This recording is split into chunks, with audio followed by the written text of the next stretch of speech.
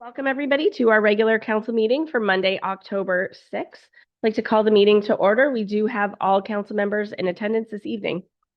We acknowledge that this land is the traditional territory of the Three Fires Confederacy of First Nations, comprised of the Ojibwe, the Ottawa, and the Potawatomi peoples, and of the Huron-Wendat peoples. We value the significant historical and contemporary contributions of local and regional First Nations and of all the original peoples of Turtle Island who have been living and working on this land from time immemorial. If you are able, please stand for our national anthem.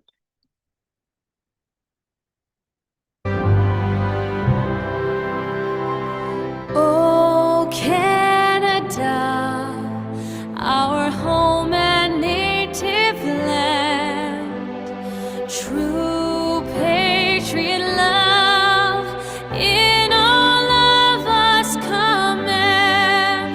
Car ton bras s'est porté l'épée, il s'est porté la croix. Ton histoire est une épopée des plus brillants exploits. God keep our land glorious and free. Oh, Canada, we stand on guard for thee. Oh, Canada, we stand on guard for thee.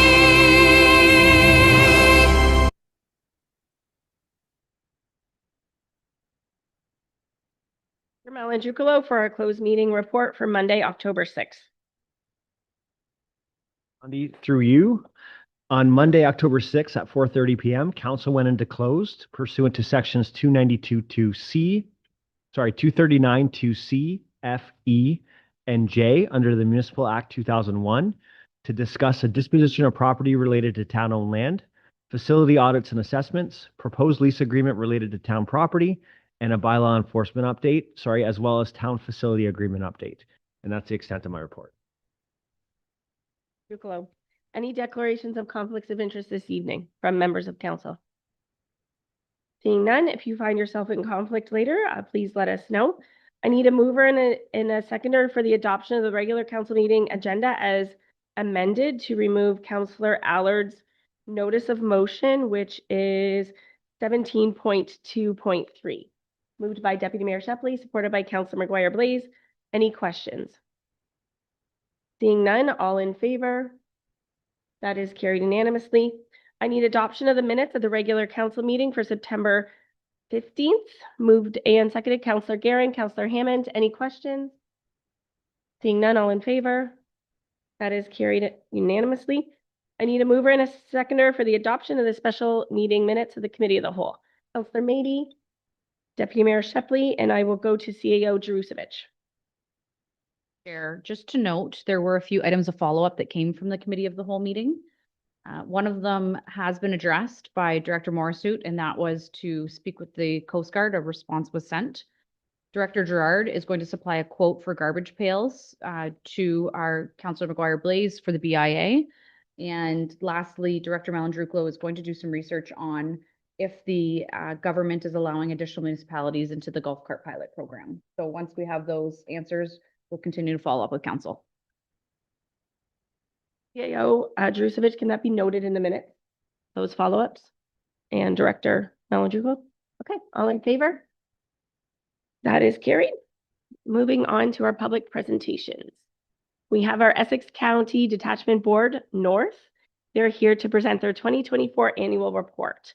And I will go to Superintendent Mark Lucas. Welcome. You can introduce the rest of your team. Just go back to the delegations and turn on the mic, sir.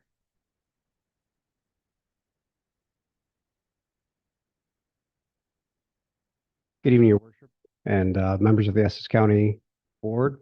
Tonight with me, I have Inspector Chuck Lorway, Inspector Jamie Smith as part of our detachment command team, and the Chair of our Detachment Board North, Mr. Paul Sweet. It gives me great pleasure to run through our 2024 Detachment Annual Report through you, Madam Chair. Do you have the presentation there? Perfect. If you go to page 3, this is our 2023 to 2025 strategic plan. So we are working on our new plan right now with our community consultations. We remain focused on our people, our work, and our communities. If you go to page 5, this interim report for 2024 really focuses on the amazing work that's been done by our members and our detachment. We focused on property crime, traffic safety, community patrols, technology integration, policing partnerships, mental health response, victim support, community engagement, and really focused on trying to improve our member development. We'll go to page number 7.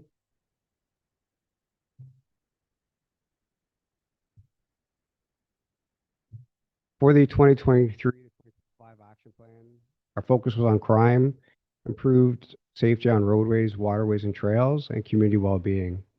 Under crime, our mandate was to minimize violent crime and reduce victimization in our communities, to reduce the impact on our communities from the production and trafficking of opioids and illegal trafficking, and to address and prevent property crime.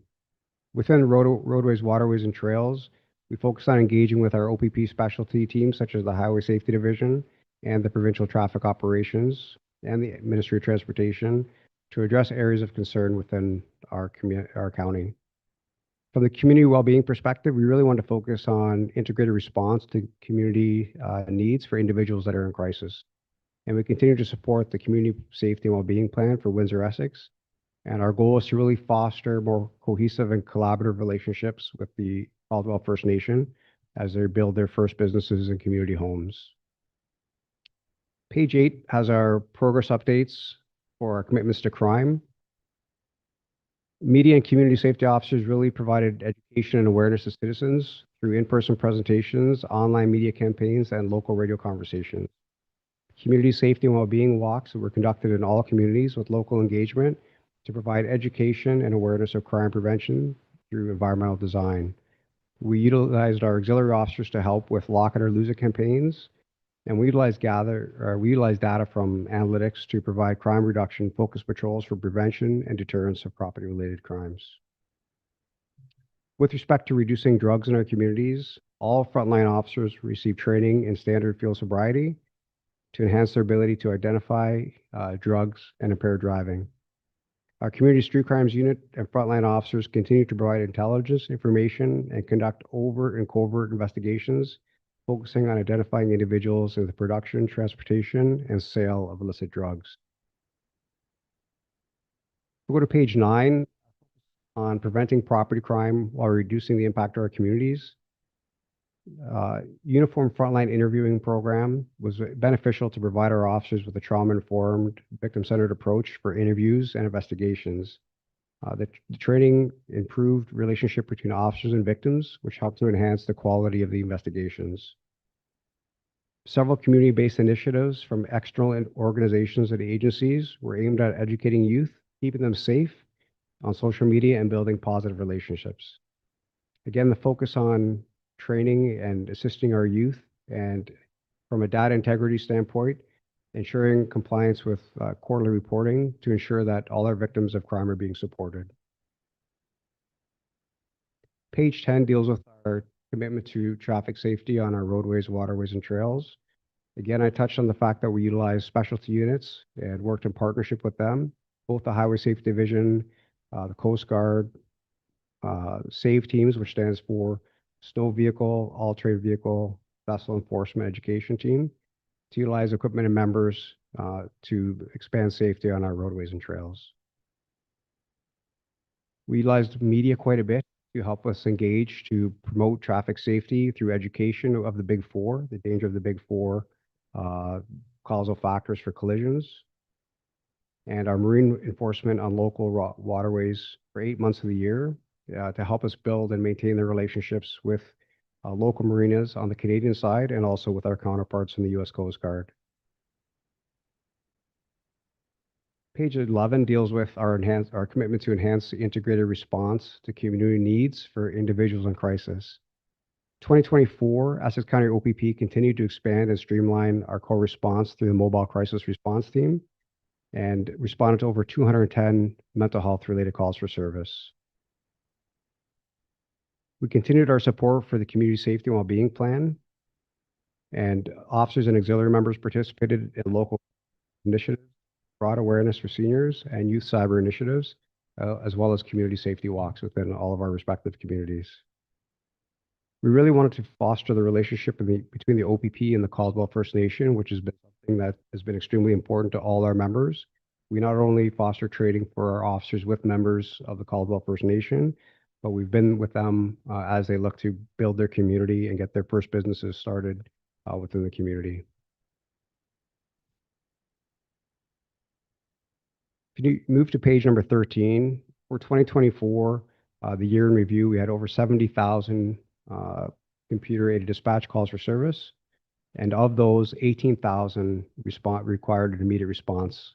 That information with respect to our response times has been provided to both detachment boards in camera. Pages 14, 15, and 16 deal with our clearance rates.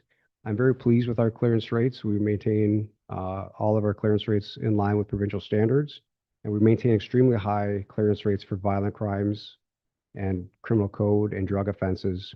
You notice that property crimes have a lower clearance rate, and that's based on the difficulty with investigating some of these crimes that are occurring in rural areas with limited access to witnesses or surveillance. Finally, on page 18, and our service delivery model is portrayed within a badge framework to basically delineate from our organizational standpoint how our officers should be spending their time and what they should be doing. Our calls for service should be in the 40% range, administrative requirements at 34%, proactive patrol at 21%, and community engagement at 5%. Below, you'll see at the time when this report was generated, table 4.1, our calls for service were roughly 48.3%. That's something we have no control over. That's the calls are what they are. Administrative requirements are 29%, proactive patrols at 18%, and community engagements at 3%. As of very recently, our reporting metrics are very much in line and closer to meeting the exact target requirements from our service delivery model badge. Pending any questions, that is the 2024 That's a great presentation. Any questions from members of council this evening? Deputy Mayor Shepley. Through you, Madam Mayor. No, a great report. I read through it earlier today, and I appreciate you guys coming in today. It's excellent to see you in council chambers. One of the things that's been discussed from time to time is the idea of a hub and spoke model for the police. And for the participating municipalities, Leamington, Kingsville, Lakeshore, Tecumseh, Essex, and looking more and more like Amherstburg will probably join the team soon. I'm wondering if it's something that we could ask the OPP to lead on presentment, possibly, to remove the politics from the placements of the centralizing of this idea, which I think a hub and spoke model would allow for one centralized station utilizing all participating utilizing that. So all participating municipalities could take benefit of. This would be much more cost efficient having, say, one jail instead of 7 or 6 currently that's being run at each municipality, and having a centralized location would allow for potentially much more rapid response time when required. I just wonder if it's something we talk about as counselors from time to time at county council and in these chambers. I wonder if it's something that, you guys being the provider and knowing best where this type of idea would work, would be something that you would ever look at, or something we could lean on you to maybe help drive that, because I think it would serve our community much better. It would allow for cost savings and allow for maybe potentially more officers on the street. Not necessarily a cost savings to us because we want to cut out police. I think a cost savings where we could add more police officers to help perform the duties in the area. Just something that I would say about, I know it's a little off the top, but it's something I wanted to share since you were here. To the council. Unfortunately, facilities is something we really don't have a whole lot of say in, and I am aware of the model that you speak of, and from a risk management perspective, there is benefit to having the detachments in each respective communities with the associated infrastructure to support that. there are certain offenses and things that we deal with that are of a time-sensitive nature. So having a centralized model, while it would be more efficient, would sometimes negatively impact not only our response times within the community, but also us in terms of following through if we had to get someone to, the closest available instrument to conduct a breath test or something, and we're bypassing other areas to get to our centralized location. That could cause us, that's one example that could cause us problems down the road. That question, Councillor Verbeek. Thanks, through you, Madam Mayor. I guess my question is about the continued increase in the impaired driving occurrences. And I know, we know that the ride programs are working and the enforcement is working. We're seeing, more charges, more people being caught. But is there ever a time, like, is there another discussion that ever happens about, like, what can we do to stop this increase? Because I see the last 3 years, there's been significant increase every year. And all my years on the board, every year, the numbers went up. And is there ever any talk about a big shakeup and changing the disciplinary actions against them, or any of, like, do we just, because we keep seeing it go up every year? Council, I can't speak to with respect to penalty. I can speak to what we're doing as a police service in response to that. So as you mentioned, the number of ride checks, I'm happy to say that Essex County, we lead the region. And I haven't looked at the provincial data, but I would hazard a guess that we probably lead the province in terms of the number of ride checks that we complete on a weekly basis. That translates into high visibility, proactive approach towards intercepting these impaired drivers if they do decide to go on the road. We're also leading the region in terms of the number of impaired drivers that we're intercepting and getting off the road. And conversely to that, we're not seeing, and I don't want to jinx us and negatively impact us, but we're not seeing the tragedies associated with drinking and driving that they have in other communities. And I attribute that to strong education from our community engagement officers, our media officers, and the high visibility of our officers out there every day at 24/7, whether it's early in the afternoon, late at night, or very early in the morning. People have no idea when they're going to see us out there, and we are making those arrests and getting those drivers off the road.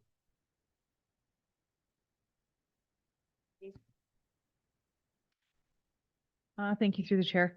I just want to thank you for coming and presenting this to us. And I wanted to say, as my term on council and a little bit before, the number one complaint was visibility of OPP within the municipality of Essex, specifically Ward 1 in Essex Center. But I wanted to tell you that those complaints that I was receiving have become less and less and less. We are noticing OPP drive at least through Ward 1 more frequently, seeing more traffic stops and things of the like. So I want to thank you for listening to us and making yourselves more present within Ward 1. I know our residents, I've received a couple of comments from residents that say, finally, there's a police officer sitting here. So they are seeing you, and that's really important for people to know that you are in the neighborhood. So I just want to thank you for whatever, even if it wasn't a change, we're noticing you more here. But thanks. Council, thank you very much for the comments. I can tell you things have changed. With the change in command structure, there is a greater accountability on all of our members. And we did talk about in previous meetings a change in culture. We are a police service. There's a service delivery model. There's the expectation that we are responsive to to the members of each of our communities.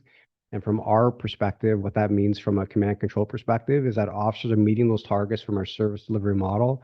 They're out on the road, they're accountable for their time, they're proactive, they're engaging with the community, they're out on foot patrol. We're getting back to the core principles of community policing, community interaction, and being responsive to the needs of the community. So that's welcome feedback. And I make sure I pass that along to our members, and they do appreciate the positive feedback that they've seen, and it tells us that what we're trying to implement has been working. And again, I want to second that. It's amazing what we're seeing. I know I jump on my brakes every once in a while. I'm like, whoa! It's not that I'm speeding. It's just reactionary. But one of the body worn cameras I know that's becoming more and more popular, like more and more used. Do the majority of our officers in Essex County have them? Is that something that's slowly coming into fruition? That's not something we have yet. So we have in-car cameras in all of our cruisers to monitor. There's much more technology than there used to be, not only from a GPS perspective to see where they are, but also in terms of speed and the camera, everything is captured. The body worn camera rollout is happening. It's going to be commencing in the fall. So I would anticipate, hopefully by the end of the year, we have all of our cameras, the body worn cameras. Specialty units have them right now, like our ERT members and some of the other units have them. And I would anticipate all of our frontline members to have them by the end of the year. Forward to that coming. It's a nice thing to add on. And I mean, I think we were told we are the largest OPP detachment in the province down here in Essex County. So I can't wait to see that happen. And I appreciate all that you guys do. Thank you. Members of council? Seeing none, I have a few myself. I want to thank all of you, Dave, I want to thank, I know, sorry. I want to thank all of you for coming. It's great to be part of this terrific board. And like others on council said, it is night and day from a couple of years ago. I really noticed a difference in the amount of police cars out there. And if you ever pull us over, we could just say we're testing you. So no, it's good. We have a lot of meetings every month, and we really hone in on the problem areas in town. And to answer Deputy Mayor Shepley's question a little bit, the former CAO, Doug Sweet, and the current CAO, along with our director, Morrisute, we've been working on looking at facilities and OPP facilities and what that means for the region. Are we going to have talks with municipality A or municipality B to see if we can find some synergies, to see if we can look at a building that is on, a boundary so that we can somewhat share facilities and maybe have smaller facilities. So although the OPP can't initiate that themselves, we've recognized it in-house. And when we had that special council meeting on policing, that was one of the motions that came out of that, to look at it. We've hit a few walls, but we're going to keep knocking on doors. So I do want to thank you. And the Essex report speaks, not the North Board report, but the Essex report speaks volumes in terms of we have a 279% increase in traffic offense counts on traffic, and 113 on, the Highway Traffic Act, and the other ones, 733% change in the amount of speeding in the offense count. So like I've highlighted it all, it is, we are seeing it. So be careful if you're out there. They are watching and they are everywhere, and you're doing a great job. And special shout out to Officer St. Pierre, who is cracking us all up at the soapbox derby with his speed gun.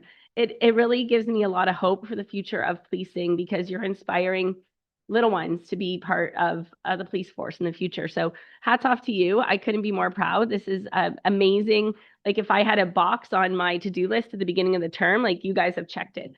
So I hope we continue to go in this direction. So we have a motion that the presentation by Superintendent Mark Lucas of the Essex County OPP Detachment Board be received, and that the Essex County OPP Detachment Board minutes of June 9th, 2025 be received. Moved by Councillor Hammond, Councillor Guerin. Any further questions or comments? All in favor? That is carried unanimously. You're welcome to stay. Okay. Have a good evening. Thank you.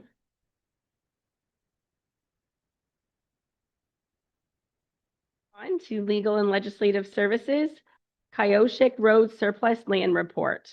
Looking for a mover and a seconder that the Legal and Legislative Services report be received, and that bylaw 2481, being a bylaw for the declaration and disposition of surplus land, be read a third time and finally passed on October 6th. Looking for a mover and a seconder, and Director Malangioculo can answer any questions. We also have the resident here, Mr. Solier, if we have any questions of him. Moved by Deputy Mayor, supported by Councillor McGuire-Blaze. Any questions for either our director or the landowner? Councillor McGuire-Blaze. Through the chair. Did we ever find out why this small strip of land was owned by the town in the first place? Not an official answer, but when I went down to the property and I spoke to the residents, what I understood was it used to be like a beach club. And back when they first founded the beach club, they kept strips of land available for people to go and collect water from the lake. So those strips of land were to access the water, and they're no longer needed, and they no longer actually touch the water anymore. At least the one that we're talking about. Questions or comments from members of council? Seeing none, all in favor? And that is carried unanimously. You're free, it passed, you're free to go, or you could stay if you want. Okay. Moving on to Environmental Services 2025 Water Financial Plan, needing a mover and a seconder that the Environmental Services report entitled Water Financial Plan be received and that council adopt the 2025 Water Financial Plan as prepared by Watson and Associate Economists. Economists, sorry. Move. It happens that quickly. Moved by Deputy Mayor Shepley, supported by Councillor Mady. Any questions from members of administration? Or from members of council?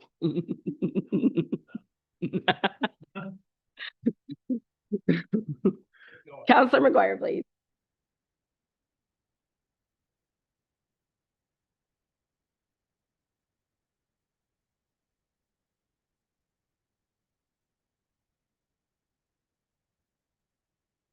Any other questions? Seeing none, all in favor? And that is carried unanimously. Capital Works and Asset Management 2025 Hot Mix Asphalt Program Update. Needing a mover and a seconder that the Capital Works and Asset Management report be received and that council approve additional funding up to $100,000 above the approved 2025 capital budget of $1.65 million to complete Maple Street from Wellington to Erie Street South with a provisional road in tender from the town's Canada Community Building Fund Reserve. Looking for a mover and a seconder. Moved by Councilor Allard, supported by Deputy Mayor Shepley. Comments from council, questions from council. Councilor McGuire, please. Through the chair. So when looking at this report, sorry, I want to pull it up here so I have my things right. On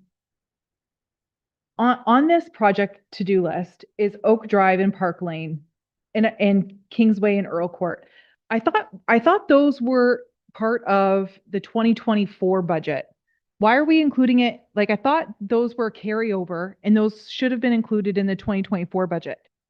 Is this total that we're looking at here, like the total we budgeted for the hot mixed asphalt, is this including the 2024 carryover plus the 2025? Through the chair, no, these are only 2025 projects. In 2024, we completed, we had the cul-de-sacs within that Tully's Meadows area included in the 2024 budget, but not actually Oak Drive and Park Lane.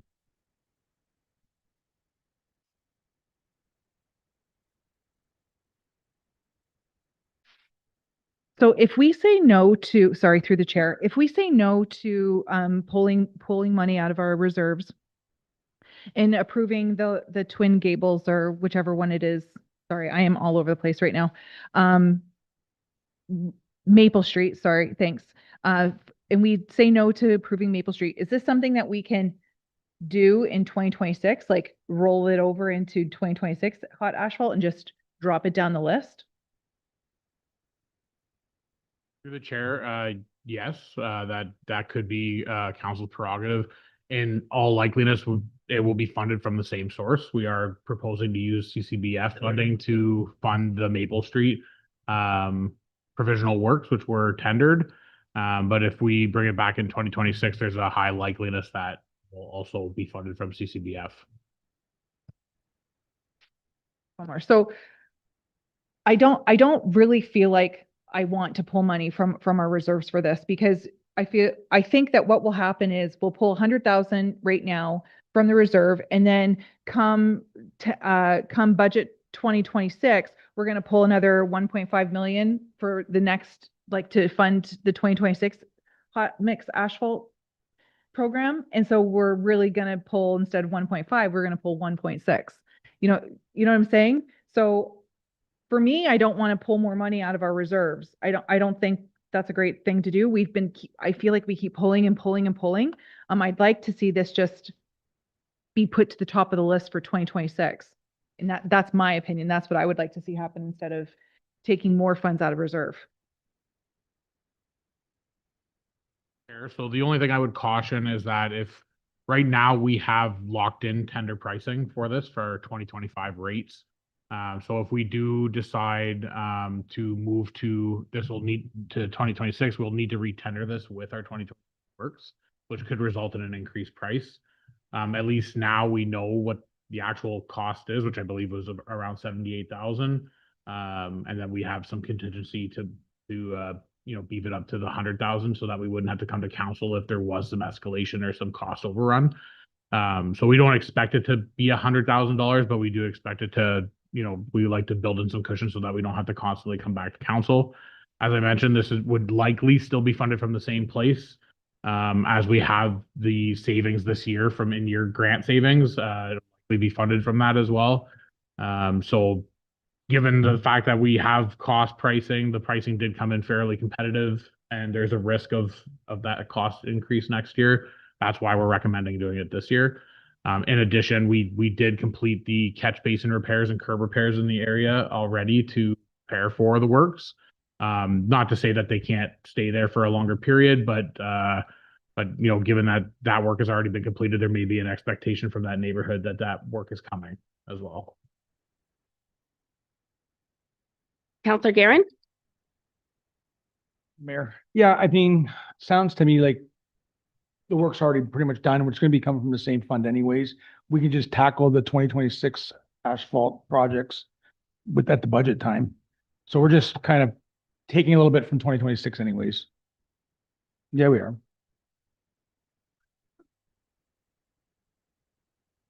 We're going to have 2026 projects, and we can deal with them at the budget. I feel similar to you because I think that if anything, it's going to be more from 2026 because of the price. I don't know, Director Gerard, do you often see roads go down? Did this go up? Yeah, so what we're seeing right now, a lot of asphalt pricing is dictated a lot by the MTO price index for asphalt cement, which is published by the MTO on a monthly basis. This month, for instance, we did see an increase, but it does tend to fluctuate through the year. Generally, pricing does go up. This year, for instance, we did include in our 2026 capital plan a 3% increase for asphalt escalation. So that's not to say that we'll actually experience that when it comes to tender, but that's kind of what we're figuring for 2026. Okay, do I have a motion? Okay, I think residents saw the catch basin work and I think they're excited for a new road in the area, so I will be supporting the motion. Does anybody else wish to speak to it? I'm going to call the question. All in favor? Opposed? Counselor Hammond? Okay, all right, we have one opposed. That is carried. Part lot control exemption for certain lands within Masaccio Drive subdivision. Looking for a mover and a seconder that the planning report entitled Part Lot Control Exemption for certain lands be received, and that bylaw 2475 being a bylaw to provide lot control exemption for certain lands be read first, second, third time, finally passed on October 6th. Director Chadwick is here if anybody has any questions. I'm looking for a mover and a seconder. Deputy Mayor Shepley? Counselor Mady? Any questions to Director Chadwick? Counselor McGuire, please. What size of is the pond that is going to be put on these properties? It looks like a long, skinny property that we're looking to do, more like a ditch.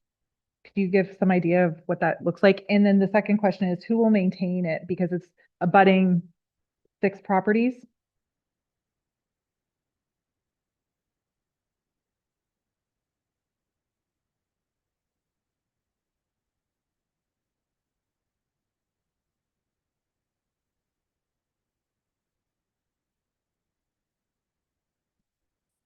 Through the chair. So from the images included in the report, it looks like it's about eight lots in length. It's a linear pond. So it is in essence the shape, like a trapezoidal shape, like a ditch. It does have a pump station and an overflow that would outlet into the Sucker Creek. As far as the actual length of it, I believe they're 22-meter lots for 8 lots. So about, let's say 180 meters. So the town will maintain it. How will the town access this, and will we be putting a fence up along the back of that property to prevent, because this is in someone's backyard, it's we're looking to do. So is it proposed that we're putting up a fence? How is the town maintaining it? How are they getting access to it? Through the chair. So it's through block 57. If you're looking at the reference plan attached, block 57 is a 20-foot wide access for the town to gain access between the lots to the back of those lots. As far as the fence, I'll have to take a look at that from our internal development documents, and I'll have to get back to council. I won't have that information now. Unless Director Chadwick might have something. Just one more. How come we decided to do this type of stormwater management instead of just asking for a lot and putting one and using one space and putting one big pond? Yeah, through the chair. So there is some history here. So Masaccio being a already approved development from the early 2000s, we did have a development agreement that they had an approved subdivision, but we had a development agreement that allowed us to require certain things, which included a stormwater management report to the satisfaction of the Conservation Authority and the municipality. So when we went through the approval process, they had to create a new stormwater management plan that would be to the satisfaction of the municipality. Given that this was an already approved plant, like subdivision, we had to kind of work within the boundaries of trying to get them to keep their lots, as well as making sure that we have adequate drainage system working. And that's kind of how that was formed. Their engineer put together a plan that would satisfy the requirements of stormwater management through a pond, as opposed to a pond that would take up comprehensive lots. Sometimes as well in subdivisions, depending on the lot makeup, this wouldn't be possible. It wouldn't be possible to do that, but the depth of the lots here did allow for it.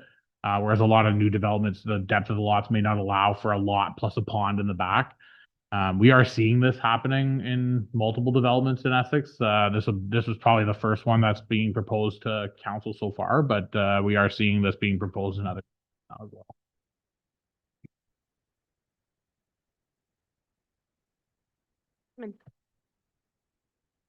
Do we have any track records, Mr. Gerard, on some of the other municipalities that are using a similar type of retainment system, since this is new to our area? I wouldn't say that it's new. The engineering principles are the same. That it satisfies the stormwater management from a conveyance and quantity and quality perspective.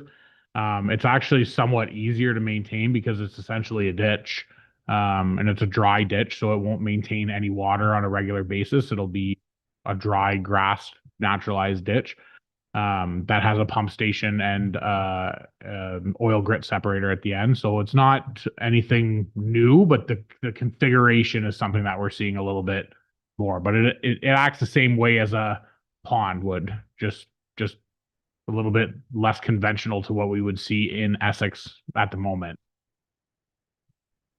When I mentioned new to Harrow.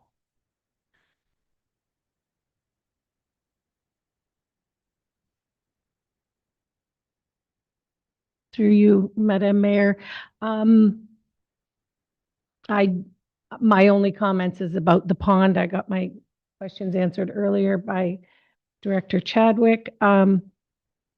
I still have deep concerns about this because now you're saying the overflow is going to go into the creek that causes issues all the time for all of the properties that back along the creek.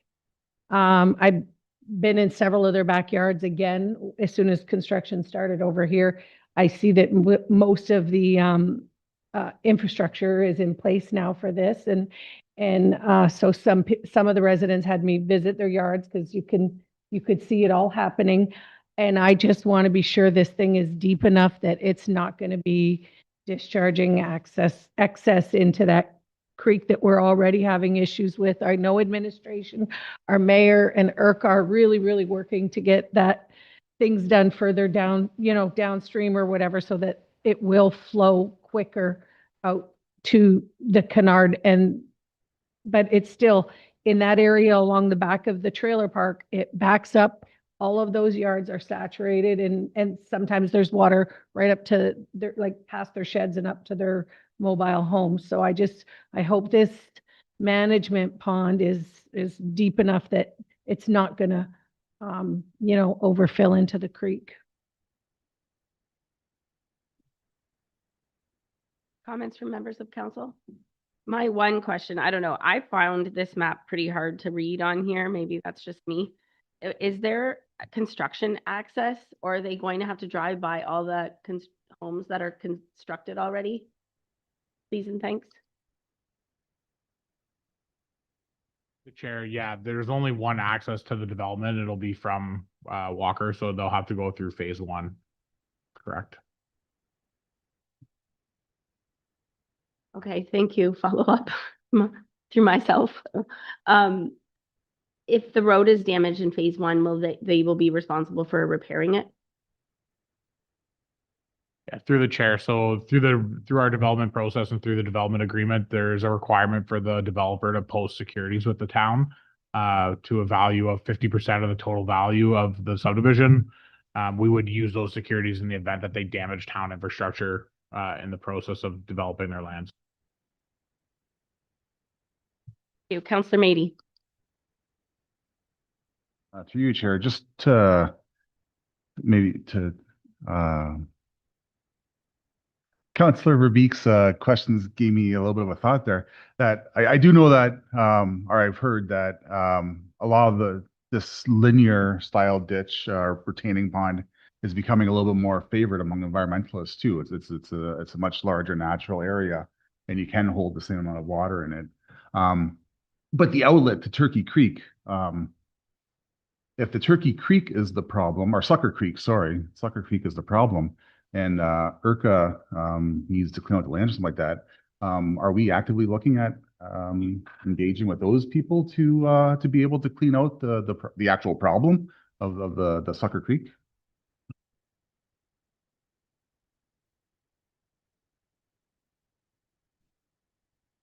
Through the chair. So yeah, we've had some discussions with the Conservation Authority. Administration has met with the Conservation Authority to try and, let's call it, lobby them to clean the Canard River. The Canard River being the outlet to the majority of Essex drainage. That's the issue, right? So the Sucker Creek itself doesn't have necessarily capacity issues in a major storm event. But the fact that it has to outlet into a natural water course is tends to be where the trouble lies. So when the Canard River backs up and that wetland backs up, then so does the Sucker Creek, so does Walker Drain, everything else, right? So that's what's happening. But from like going back to the subdivision here, this subdivision does have a stormwater management plan that is required to retain water to the 100-year storm. They do that through this linear pond as well as storage within the pipes. So the pipes are slightly oversized to make sure that they could store additional water. So we've protected this subdivision against the flooding that would occur from the Sucker Creek for up to a 100-year event. In a 100-year event, it would still allow for a foot of water over the road. So keep in mind that in a 100-year event, we'd still expect those roads to flood. But there is a stormwater management plan that does account for that flooding in the Sucker Creek and which also required IRCA's review and permit as well on this.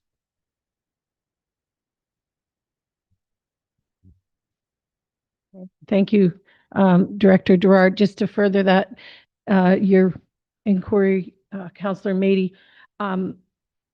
that that strip of Sucker Creek that runs right along the back of, maybe 100 mobile homes. It's, or I don't know the number, but it's all along the back of the park. And it creates a lot of issues when there's 100-year storms every twice a year or whatever is when they occur. But I can tell you that in my time here with, asking a lot of questions and looking into things, Essex, our maintenance of Sucker Creek is not what's creating the issues for these residents, because it's being pretty darn well maintained by our team on this side of Walker and along the back of the park. What happens is when things slow down further, it just causes all the issues that we experience. So that doesn't negate that we experience big issues with that section of our Sucker Creek really backing up. Even on a hard rain day, you can go there and see that it's a really big ditch that's really full of water. And so when there is an extreme event, it's too full of water.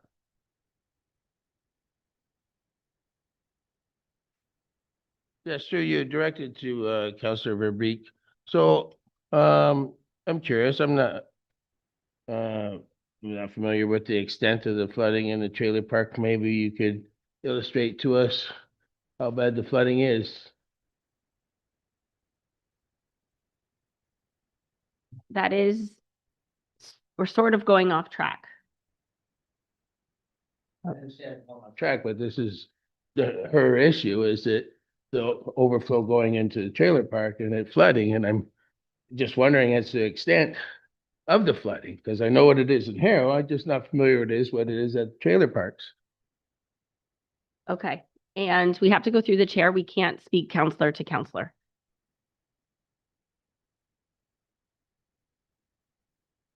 I think that's probably part of a bigger conversation on flooding, which we can have. Counselor Verbeek? And thank you for bringing that up, Mr. Hammond. I would be happy to talk in open session as often as we can about the flooding issues in McGregor and the people in the park that have really suffered from flooding issues over the years multiple times. But tonight, I'm directing my concern to Director Gerard and Chadwick, just to make sure. I just want to be vocal and make sure that we're taking every precaution to not inundate that Sucker Creek when it's already created a lot of issues for the residents that are there, right? I want to make sure the pond is going to do what it needs to do. And if we need to make it deeper or longer, then let's do it.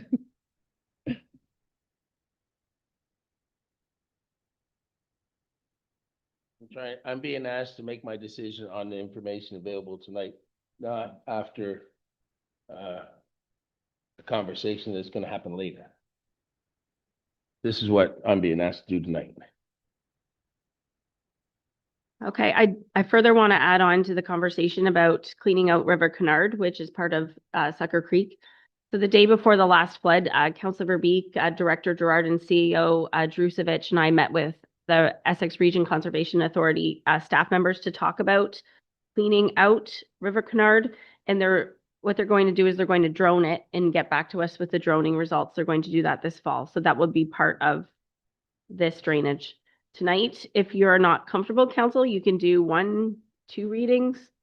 It's up to you. We do have actually, it's moved by Deputy Mayor and supported by Councillor Mady. So if you're not comfortable supporting it tonight, then you can choose not to vote as well. Councillor Verbeek, this is the last comment.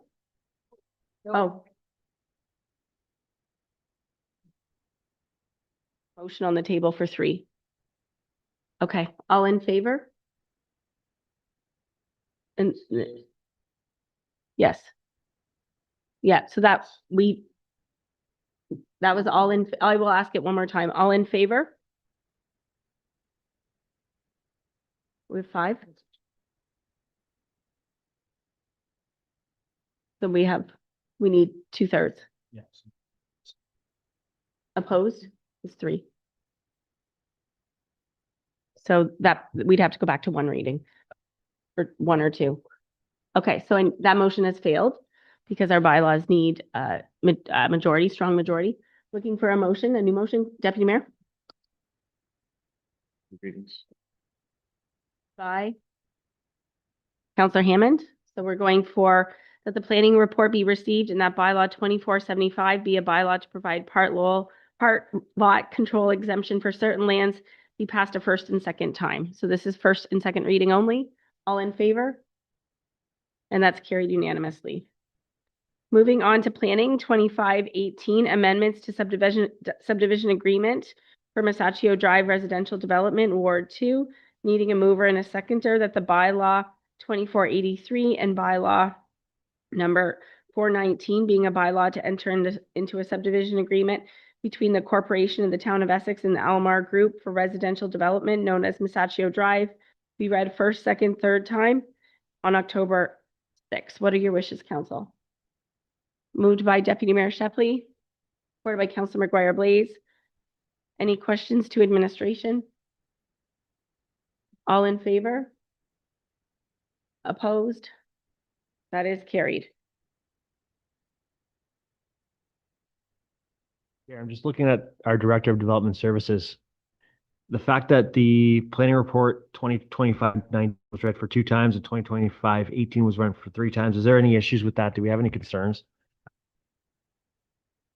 For you, Madam Mayor, it's logistically, one will feed the other, so one informs the other. PLCE is a application under the Planning Act that goes before the county planner for decision making.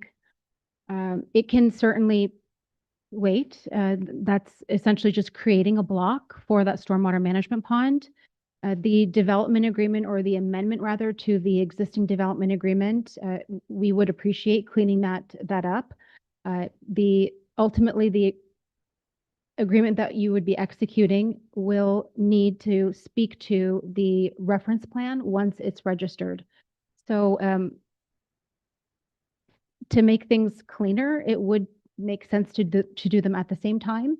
But we can certainly approve one or adopt the bylaw for one and wait for PLC approval from the county.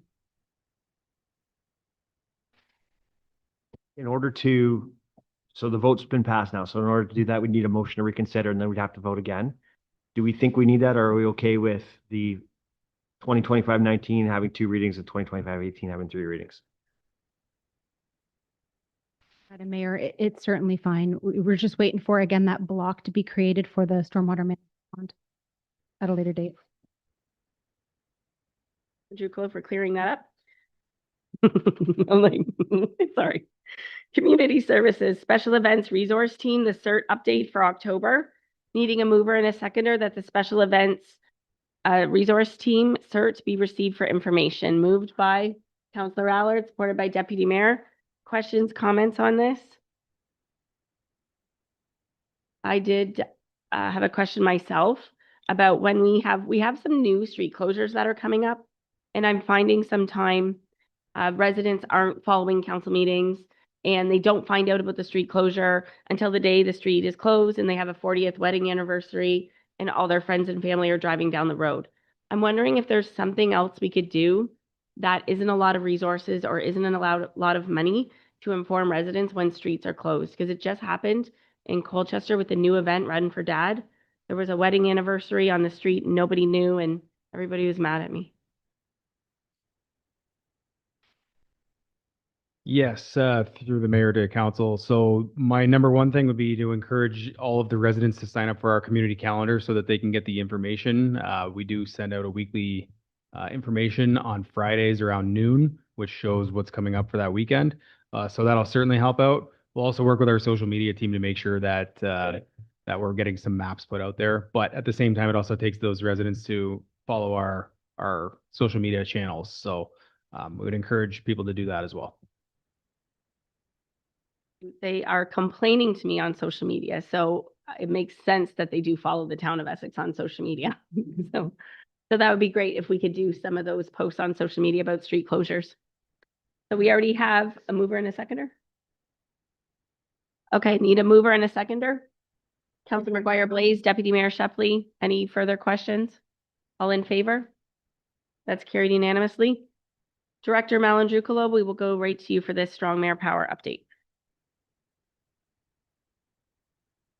I have a brief presentation that we're going to pull up on the screen. So back in April of 2025, we came to council to let them know about the strong mayor powers potentially coming to our municipality. At that time, we didn't know for sure whether or not they would, but we had a strong feeling that they would. On May 1st, they did come to our municipality. So this is a little update of what's happened since that's taken place. So to date, our mayor has not exercised her strong mayor powers at all. And we'll go through how that's happened and what that means. So our first two strong mayor power declarations that were made were delegations of authority, where the mayor delegated her authority to determine the organizational structure of the town to the CAO. And she also delegated her authority to appoint or dismiss the CAO back to council. So basically reverting those two powers back to the CAO and council as they were prior to the strong mayor powers being extended to our municipality. Next slide, please. Her next two strong mayor decisions were SMP 2503 and SMP 2504, and those were both related to budget. So what the mayor did there, she directed the staff to prepare a budget and bring it to council in December. And she also directed that the 10-day mayoral veto budget period be shortened to 0 days, effectively waiving her veto period. So basically, again, bringing the budget process back to what it was prior to the strong mayor powers being implemented. Also, since May 1st, there were 9 additional mayoral directions, a 10th which will be brought out today, which basically approved all bylaws passed by council. So those decisions have effectively waived the strong mayor powers for as far as the town of Essex is concerned. So with that being said, we're here to talk a little bit about our budget process as it's currently underway, and to let council know, even though it's going to look exactly the same as it has in the past, why it's a little bit different. So the mayor's not going to propose a 2026 budget. Because of that, town staff is going to propose it to council. You received a budget initiation memo in June that outlined the process for the 2026 budget.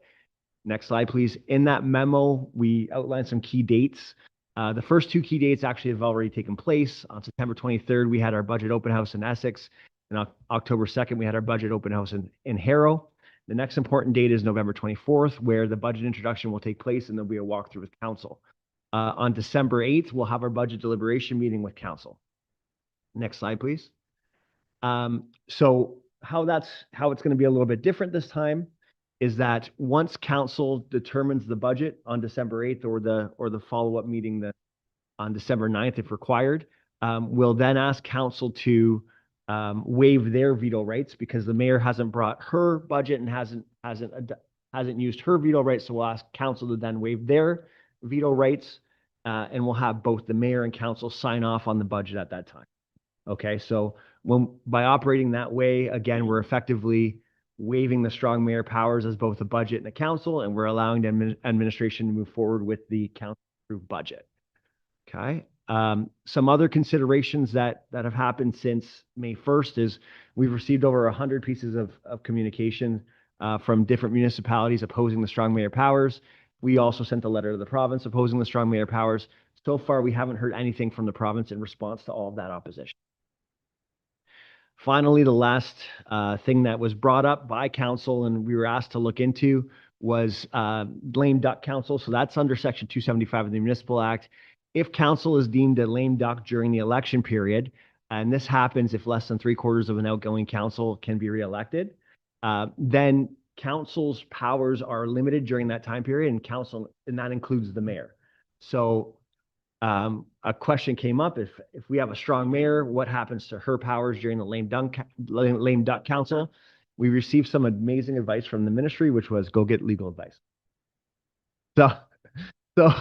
So if that comes about and we receive a lame duck council, we will provide you with some legal advice on how we expect to proceed.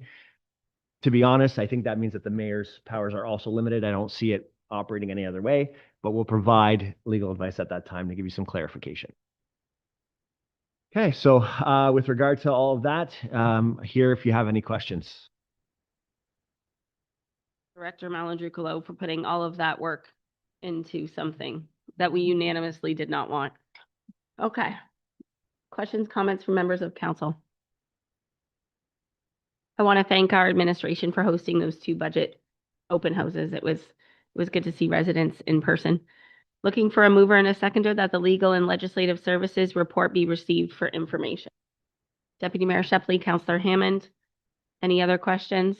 All in favor? That's carried unanimously. Reports from our youth members. I'm not sure who's going first. Through the chair, our Zeal program has had great success so far. October's already sold out, but look for more events in the future. And our fall registration opens next week, I believe. So everybody go sign up. Thank you. It's an exciting week at Essex High, through the chair, sorry. It's homecoming this week, so we'll have lots of things happening every day at school. Friday night is the football game. There's a bake sale and a pep rally for the students during the day. Also, all of our other sports teams, basketball, volleyball, and junior boys football also have games every day throughout the week. So if you're looking for something to do, come to the school, support our students. Thank you. County Council update, Deputy Mayor Shepley. Thank you, and through you, Madam Mayor. At County Council, we received a report on the county's non-fire mutual aid asset inventory initiative. We have successfully compiled a list of non-fire related municipal assets that can be shared during emergencies or operational challenges. The inventory covers key items like snowplows, generators, wood chippers, trailers, loaders, and light towers.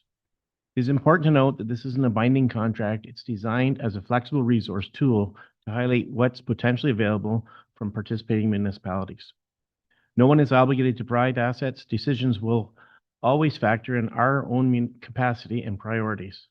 Also noted, if sharing does occur in a pinch, we can sort out the cost sharing or reimbursements directly between requesting and responding parties on a case-by-case basis.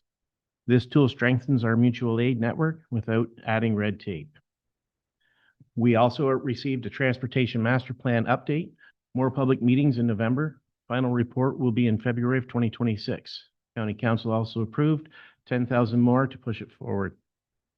This is a much needed refresh. Since 2005, our population, jobs, and traffic have boomed. Residents want more bike lanes and paths, and experts now stress safety and green options. The plan will eye new homes and businesses too.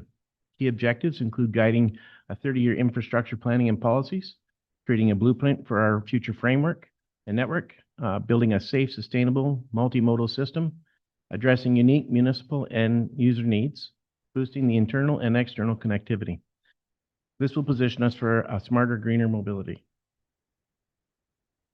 A quick update on regional transit. County Council approved $100,000 from the Rate Stabilization Reserve in 2026 budget to kick off a feasibility study and keep talking with the Regional Transit Working Group. However, County Council sadly voted no on using $130,000 from reserves to cover the Leamington to Windsor line operating this fall. The working group reps from each local municipality plus a director of infrastructure and planning met in June, July, and September. They see interest in better regional transit, but everyone's cautious without solid data for long-term program. Transit's a public service, not a moneymaker, and our new official plan pushes for it, but it all hinges on politics and budgets. They sketched 3 setup options. Locals run with the county cash. County takes the wheel and funds it via taxes, or we do nothing and stay out of it. Right now, current transit services in Essex County include the town of the town of Tecumseh continues to invest in local transit routes, new electric buses, and connections to Windsor. The town of Amherstburg and LaSalle plan to maintain transit services contracts with Windsor through their annual budget process. The municipality of Leamington continues to operate its local on-demand transit service and explore options to sustain the Leamington to Windsor transit route. The town of Essex is progressing with rural transit feasibility study. This buys us time to build a case without overcommitting. County Council's received a report on draft development charges bylaw. County Council voted to receive the report on the draft bylaw, which rolls out charges in 25% increments over 4 years. giving developers and folks time to adapt while we start recouping growth costs. It incorporates your guidance plus input from public meetings across all 7 municipalities and chats with community partners, treasurers, and planners.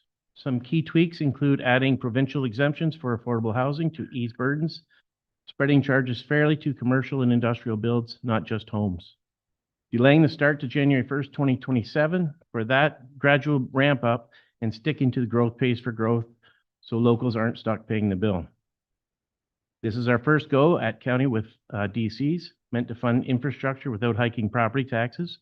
We are told without them, a typical $350,000 home could see about $200 more in annual taxes just for new growth. Wednesday was the required review meeting. County Council will debate and vote November 19th. If approved, this will kick in January 2027. Personally, I'm not in favor of county development charges, and I feel this will be a split council decision based on the lengthy conversations at County Council over this new development charges. Please reach out to your prospective mayors and deputy mayors from around the county to share your thoughts on new county development charges. And this is my report for October 1st. Thank you. Shepley, that was a really comprehensive report. In question to that, I think, I'm not sure if CAO Drusevich or Director Chadwick know what we're going to do here to talk about county development fees. CAO? So administration did send comments in for the meeting. And so there's a notice of motion currently standing to report back to this council on what the impacts could be to the town. Director Chadwick is working on authoring that report now that we have further information with the draft bylaw being presented. So we do intend to bring that before the November meeting so that council has that and can provide any further feedback they may want to county council. Thank you. You left out a few details in there, but you did a great job. No, looking, he knows what I'm talking about. Looking for a mover and a seconder that the county council minutes for September 3rd be received. Moved by Deputy Mayor Shepley, supported by Councillor Hammond. Any other questions? All in favor? That's carried unanimously. Correspondence to be received, we'll receive them all. And then if members of council wish to pull out certain ones, please feel free. Looking for a mover and a seconder that all the correspondence in 13.1 be received. Councilor McGuire Blaze. I was trying to change it up a bit. Deputy Mayor Shepley. Okay, all in favor? That's carried. Okay, any members of court or any items of correspondence that council members wish to pull out? Councilor McGuire Blaze. Through the chair, I wanted to pull out 13.1.4, just this single stream recycling. When reading it, this was the first time that I had heard about it. And then and today I think the town of Lakeshore posted something on Facebook, and that was the first time I was able to click it and read more information. Are we going to be pushing this out to our own residents in some form, sometime? Let's answer this one. Through the chair. So this is run by a private third party. Unfortunately, they didn't provide notification to the local municipalities that they were going to start dropping off today. So we've reached out to them, Circular Materials. We've asked, can you please provide us our date so that we can communicate with our residents? Our manager does plan, if we don't hear back, to issue a broad notification that they may be coming. So we're giving residents as much information as we have. We're not giving them anything right now. Like, there's no information right now. So we at least have this. I'm wondering if we can take what we have here. As I read it, our current bins, we will not be able to use anymore. They will be garbage. And the big bins that we've bought and that some people may have bought from Canadian Tire, we won't be able to use those either. That's pretty important information, especially coming up to the fall when people might be replacing those old bins. I'd like to get them that information sooner than later if they will be obsolete in 3 months. Yes, our manager of comms has some media planned and ready for it, so I can get him to release it sooner than later. The communication with Circular Materials has not been free flowing as you would expect. It's been very closed off to us. Along with the other council members, I read this with quite a bit of interest. And I would actually like to invite Circular Materials to a council meeting. Potentially, even if they can't come in person, maybe they can come virtually. It sounds like they're not answering a lot of questions. And what's going to happen is if we don't connect Circular Materials with the new collection, people are going to think it's led by the town of Essex. So they're not doing a good job. There's also other correspondence in our agenda from other municipalities that are struggling, 13.1.10, that are struggling with how this is being rolled out. So we're not alone, but I think we need to have them have accountability. I'd also like to thank USWA for providing this level of communication to us, because this is no longer their job. This is above and beyond. So I don't know if I need to pass the gavel. I don't know. I'll pass the gavel if I have to. I'd like to make a motion. Through you, Chair, I'd like to make a motion that we invite Circular Materials to join an Essex Council meeting to explain the changes in local recycling that is taking place under their service. Bonnie, do I have a seconder to that? Seconded by Councillor Rabique. And any questions to the motion? Seeing none, all in favor? And that carries. Thank you, Deputy Mayor. So I do think having some communications would be great, but it's really also not our place. It's not our burden. And that's the unfortunate thing, is our staff are having to take on this. I'd also like maybe our concerns. I could see that MPP Dowie was receptive to the authority's concerns, committed to follow up. So I think we should also keep our MPPs in the loop. So some things that are going to happen is you're not going to get another cart. You're going to get one recycling cart. So if you have a bundle of cardboard that doesn't fit in your cart, you're expected to hold it until the next time. So we could see people actually throwing it out. You have to work to try to get eligibility to get another cart. The thing that blows my mind is our carts aren't, like, I have a big blue cart that's not going to be used. How much waste is that? Like, there's a lot of energy that went into developing the blue cart that I already have, and now it's just garbage. So it's kind of disappointing how this is rolling out. So I don't know. That's my rant. I'm really upset about it. Any other items of correspondence, Council? I would like to, if possible, I would like us to support 13.1.2, City of Dryden, Swim to Survive. I think with people, we live next to the Great Lakes, supporting access to swim programs that teach students how to swim, I think is really important, considering we have a pool that is partnered with the school board. I think it's timely that we support it, seeing if there could be a mover and a seconder that we receive and support the City of Dryden's. Councillor Allard? Anybody else? Deputy Mayor Shepley? Questions to that item of correspondence? Councillor McGuire-Blaze?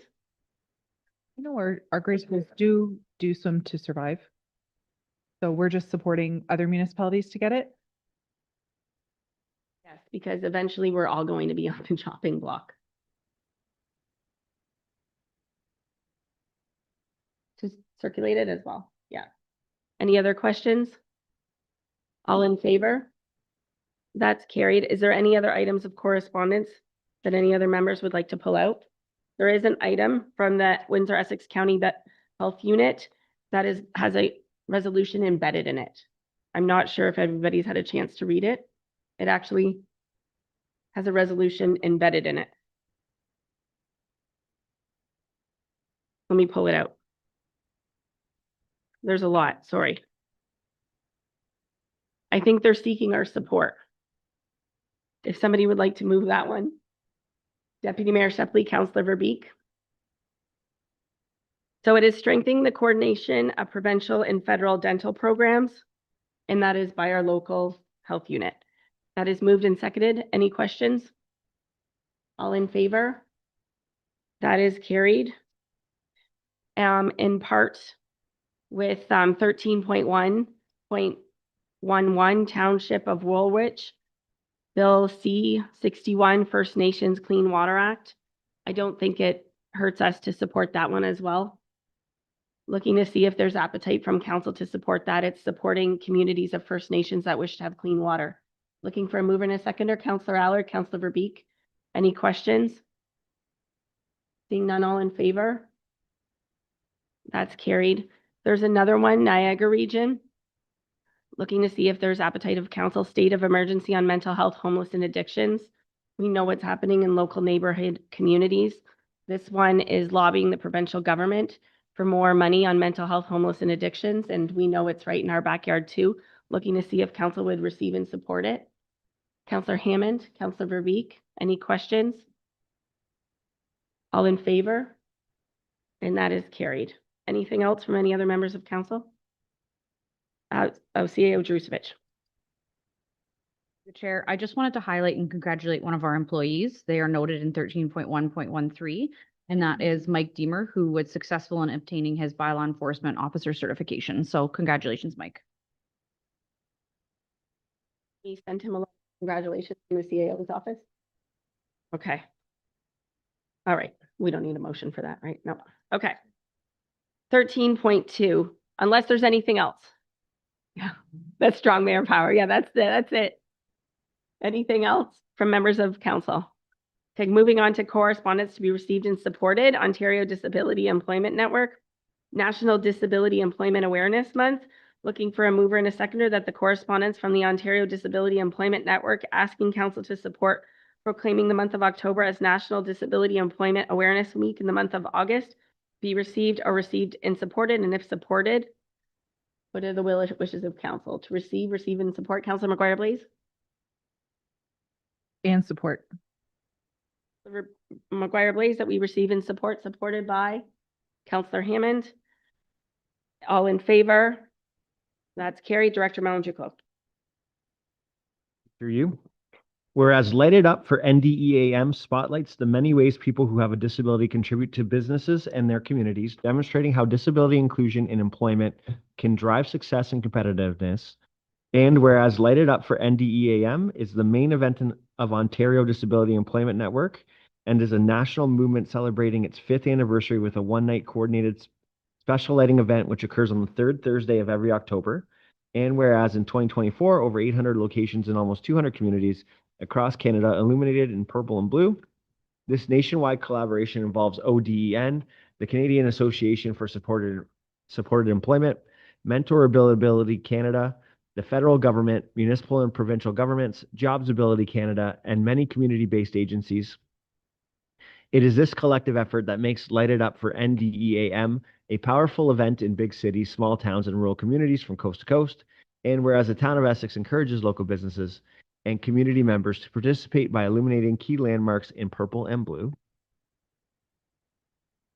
Bonnie, Mayor of the Town of Essex, do hereby proclaim the month of October as National Disability Employment Awareness Month and invite businesses to participate in the national event to further celebrate workplace accomplishments of people with disabilities across Essex County on October 16th for Lighted Up for NDEAM Day. Yeah. Committee meeting minutes. Looking for a mover and a seconder that we adopt the committee meeting minutes with the following recommendations. That the recommendation to council that the Heritage Committee recommend that council direct administration to review and suggest improvements to the Heritage Grant Program. And the other recommendation is that Councillor McGuire Blaze request the Town Council commission an on-street parking report. This study will gather feedback from both residential and commercial properties within the Town of Essex downtown court for future planning. And the Committee of Adjustment and Court of Revision, Striking Committee, recommendation to council that Mike Pichet and Jenna Chesterfield Knapp be appointed as members of the Essex Accessibility Committee for the term ending November 15th, 2026. And that the recommendation that Raj Kemi be appointed to the Arts, Culture, and Tourism Committee for the same term. So 4 motions in there. If council wants, we can break them apart, or if you don't, we can do it all at once. Deputy Mayor Shepley, all of them, supported by Councillor Verbeek. Any questions? All in favor? That's carried. Going to notices of motion, Director Malin-Juclo. Bondi, through you. The following notices of motion were presented at the September 16, 2025 regular council meeting and are being brought forward this evening for council's consideration. The first notice of motion moved by Mayor Bondi, that council direct administration to revise closed meeting agendas of council to provide as much information as possible about the general nature of the matters to be considered in council's resolutions to go into a closed meeting without compromising the reason for holding a closed meeting, with such revisions being implemented for all closed meeting agendas published by the town going forward after the passing of this resolution. Seconded by Councilor Verbeek. Mayor Bondi, would you like to speak to your motion? I just wanted to thank administration for already working on this. If you go to our council calendar and look under today and look at our closed meeting public agenda, you will see a big difference from before. So much of this work is already being done, and I want to thank you for taking this seriously, and it looks really good, and I think the public will appreciate having more information. Thank you. Any questions? Seeing none, all in favor? And that carries. Well, Through you, the second notice of motion moved by Councilor McGuire Blaze. Whereas the Town of Essex zoning bylaw currently provides parking exceptions and exemptions for existing buildings located on lands in parking exception areas in downtown Essex and downtown area and downtown Harrow, for example, waiving parking requirements for retail establishments. And whereas opportunities to construct new developments on vacant lands in parking exception areas in downtown Essex and downtown Harrow are available for infill development. And whereas a goal in the town's strategic plan is to leverage our town's competitive advantages to promote jobs and economic investment, now therefore be it resolved that council direct administration to initiate the zoning bylaw amendment process to consider parking exceptions and exemptions for new commercial construction in parking exception areas in downtown Essex and downtown Harrow. moved by Councilor McGuire Blaze, supported by Deputy Mayor Shepley. Councilor McGuire Blaze. Thanks through the chair. This is really just to speed up the process. New businesses will have, if they're building within our downtown cores, so that way they don't have to go, less red tape for them to have to go through in trying to check off the box for parking. Question to Director Chadwick possibly, or Director George. I'm not sure which one would be the right one. Currently, if it's my understanding in the downtown core, businesses aren't required to have parking. So how will this study affect that? If you could help me with that.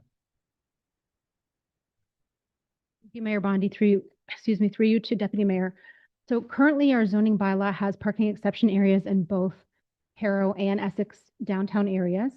And we noticed over the years that it only includes existing buildings. So in other words, existing vacant storefronts, if a new business comes into town, into those downtowns, they are exempt, or potentially there is an exemption or a complete waiver of parking requirements.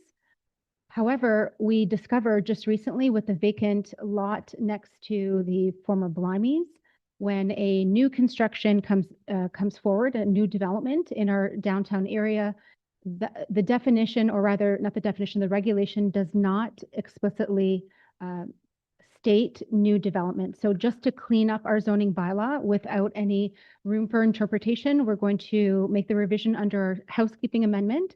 So this fall, we will be initiating a zoning bylaw housekeeping amendment because this is a technical housekeeping matter.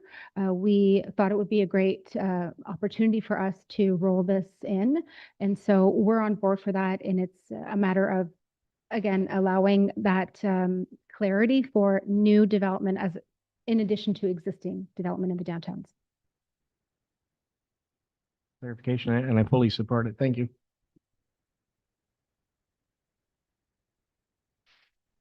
On that, how would this affect or would it have any implications to the apparent lack of parking that we see in Harrow? Would it, how would that impact that? Thank you, Madam Mayor. Counselor Hammond, so what we'll do as a part of the initiation of a zoning bylaw amendment process, we always come to council through for the statutory public meeting. We can bring forward as a part of our report and presentation at that time any potential impacts. However, we don't foresee at this point the technical clarification for existing.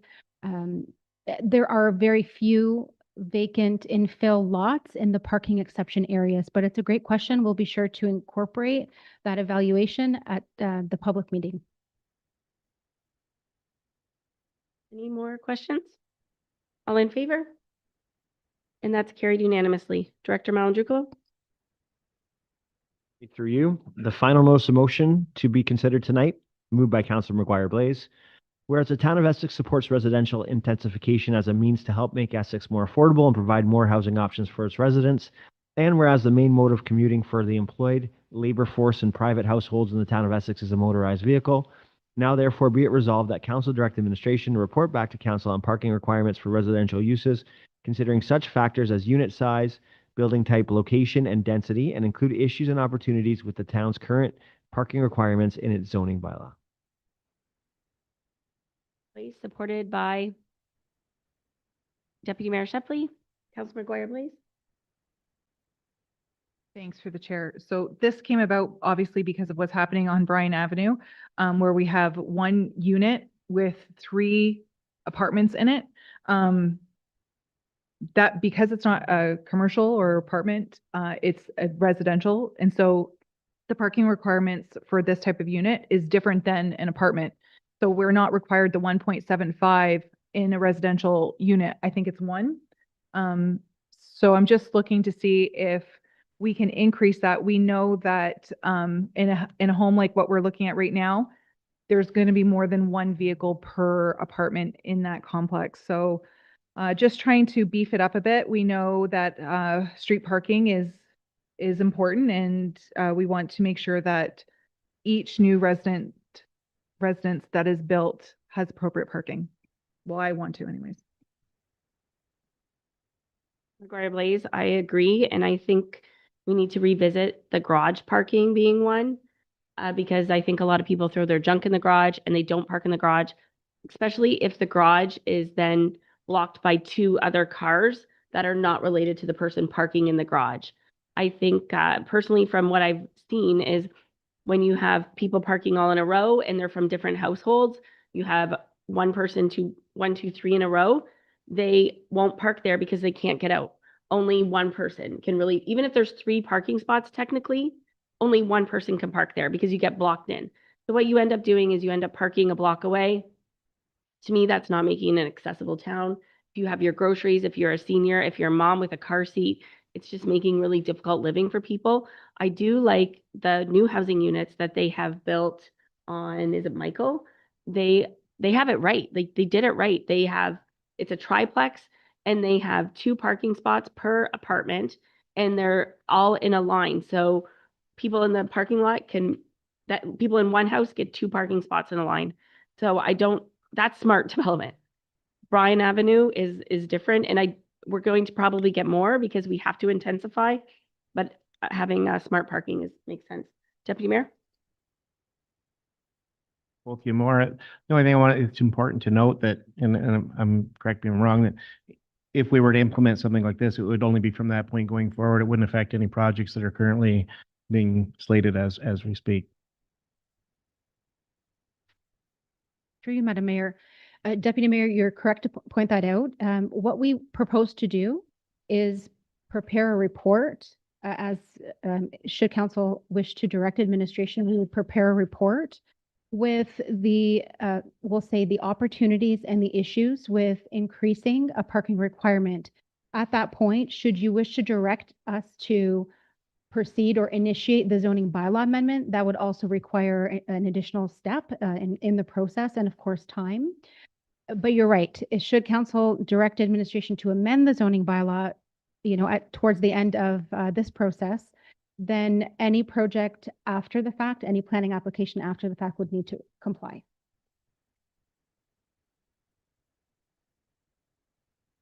To Lori, are our hands tied on when it comes to parking, or do we have all the flexibility on all of our bylaws. But in other words, for Bill 23 or provincially, parking, using garages as parking spaces or having to have 1 or 5, where does that direction come from? Does it just come from us? Thank you once again, Madam Mayor, Councillor Guerin. So great question, and actually a point that we plan to bring into the report for your information and to share with the public. There are certain uses that municipalities have the ability and authority to regulate in terms of parking requirements, single detached, multi-residential, townhomes, et cetera. There are some uses, particularly additional dwelling units, that legislatively you cannot, or the municipality cannot require more than 1 parking space. That's in order to facilitate and to encourage the development of more ADUs. That legislation changed just recently under Bill 23, not too long ago. And so we're bringing that out now in discussion, but it will be a part of our report that we cannot ask for more than 1 space for ADUs. And in addition to that, you must allow for ADUs tandem parking. So for ADUs, you cannot require that they be side by side. Yes, it works logistically, but legislation states that we must allow a tandem. And the garage parking, where does that come from? Thank you, through you, Madam Mayor. So, you know, cars are getting bigger these days. We see a lot of pickup trucks, and garages are getting smaller, or they're being used for other purposes. A municipality can regulate how those parking spaces are considered. So certainly that is already on our radar and something that we were already looking at, ironically, and it seems that we're on the same page. Again, we'll bring forward those considerations for you as a council. You do not legislatively require that you count a garage as a parking space. Last question. So what about ongoing subdivisions? If something was to be revised, changed, and you take away that parking inside of the garage as being counted as a parking space, what would that mean to existing subdivisions that have already been approved, but maybe not finished? For you, Madam Mayor. So subdivisions are one planning application. Another application before you build a home is the building permit. So applicable law is the zoning bylaw. So even if the subdivision is final approved, if the building permit is pulled next year, they would be required to abide by the zoning of the time. And so parking could change from now until someone pulls a permit in any of the subdivisions around town.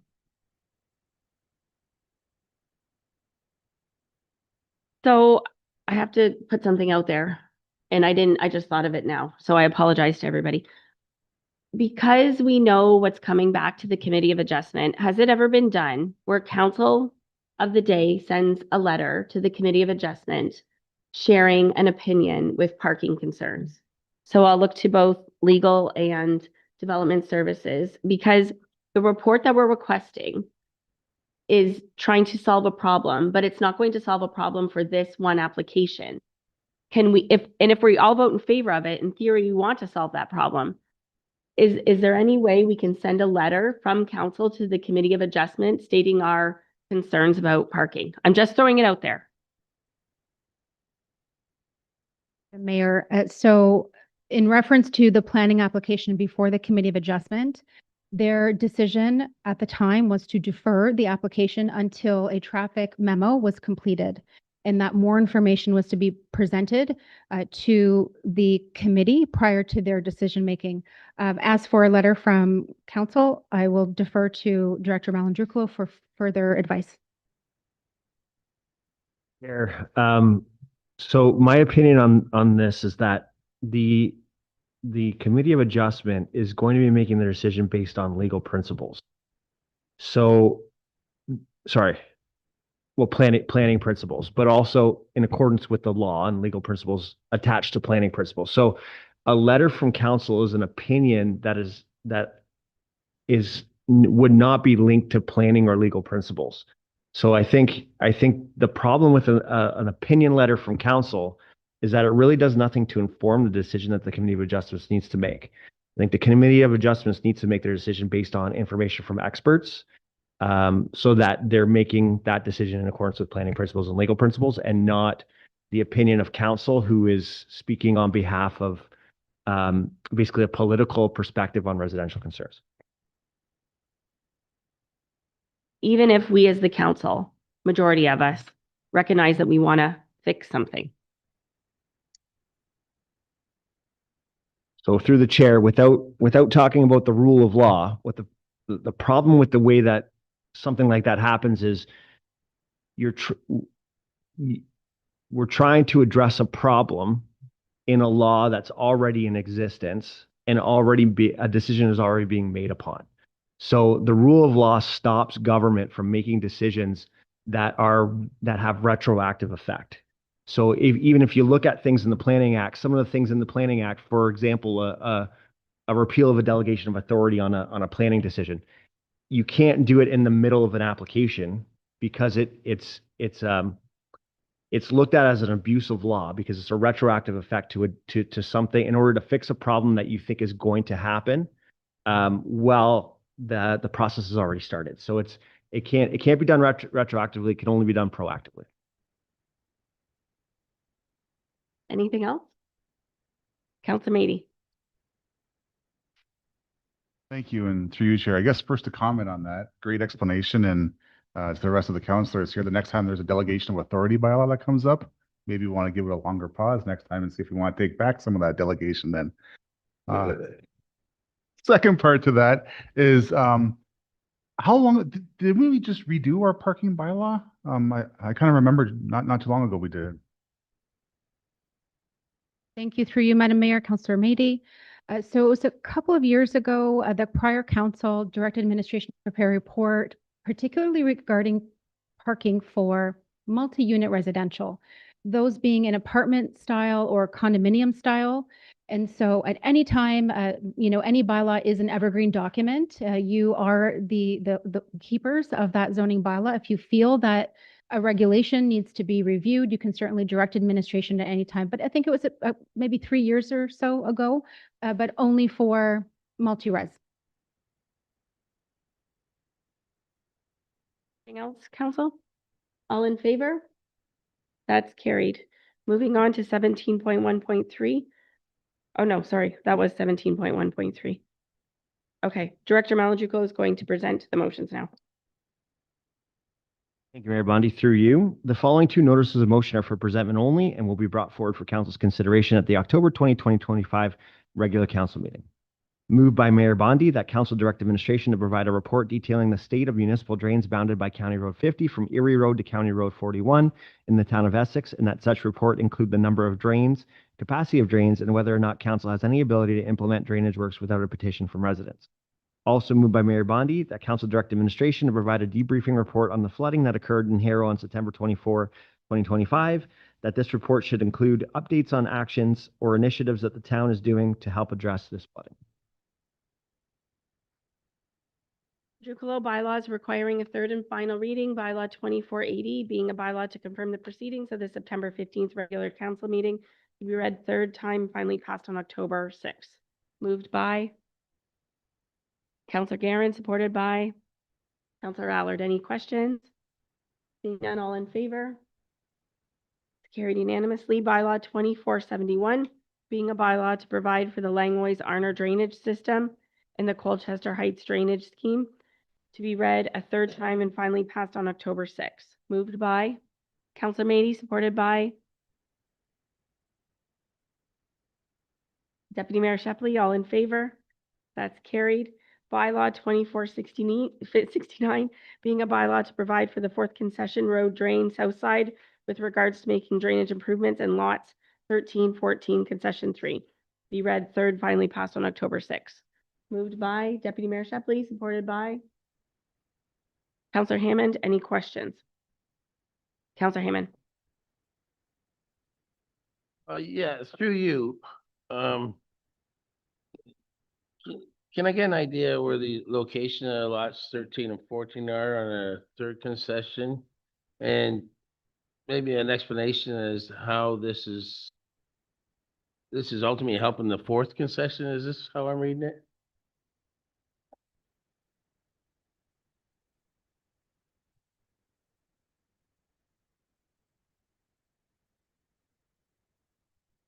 We'll go to Director Gerard. He's just looking it up there, Counselor Hammond.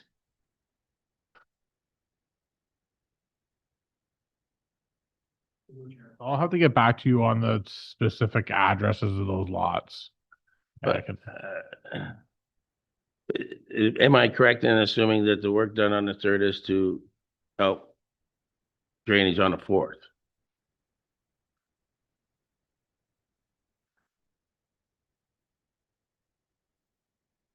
I'm not familiar with the actual report, but I can provide a synopsis to council after I have a chance to review it. But I wouldn't be able to do that till tomorrow. Okay, Okay, Counselor Hammond? yeah. Okay, all in favor? Opposed? That is carried. I missed reports and announcements from council members. So we'll start at Counselor McGuire Blaze and we'll just work our way around this way, please. I just wanted to let everybody know that the Tiny Tot Parade is happening. I feel like I get asked that 3 times a day. It is happening actually on Halloween this year because it is always the last Friday of October. So that will be happening downtown. Please follow the Essex BIA for all of their fun activities. Also this weekend, October 11th, there is an open street. It's a haunted open street that's happening in downtown Essex. And Tailgaters is also hosting some kind of like street party too. So make sure you head out to Essex Center. It's going to be a beautiful weekend and enjoy the vendors and the food. And hopefully they always have some kind of good music and entertainment. So it should be a good day. I have nothing to report. Thank you.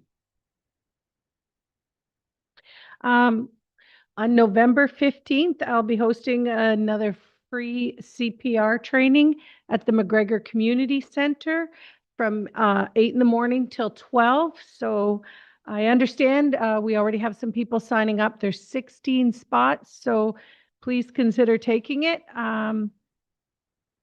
You can just sign up through the Town of Essex or find me on Facebook or the Town of Essex on Facebook. I understand from someone today that signed up, it's really fast and easy. So.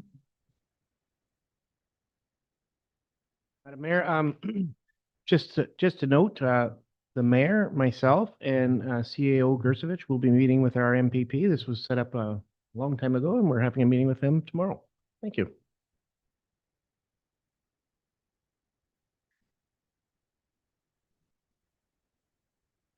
I've got enough to report, thank you.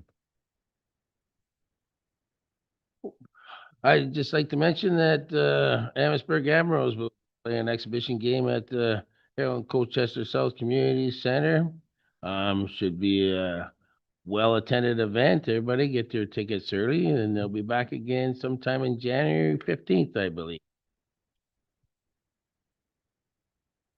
Thanks, through the chair. Yeah, this past Saturday, Fred Groves hosted a salute to Essex hockey at the Community Historical Research Society, the old library in Essex.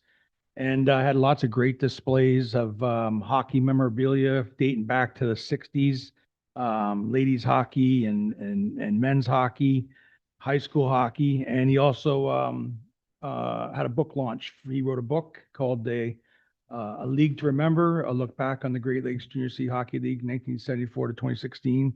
So Fred Groves from Essex, I want to congratulate him on his book. And I think the display at the is still on till I think Tuesday. If anyone wants to stop by during the day and check it out, it's pretty cool. Bylaws requiring first and second, 2484 being a bylaw to confirm the proceedings of October 6th, regular council meeting. Need a mover and a seconder. Deputy Mayor Shepley, Counselor Hammond, any questions? All in favor? That's carried unanimously. And at this point, I need a motion to adjourn. Moved by Deputy Mayor, supported by Counselor Hammond. All in favor. Have a good evening, everybody.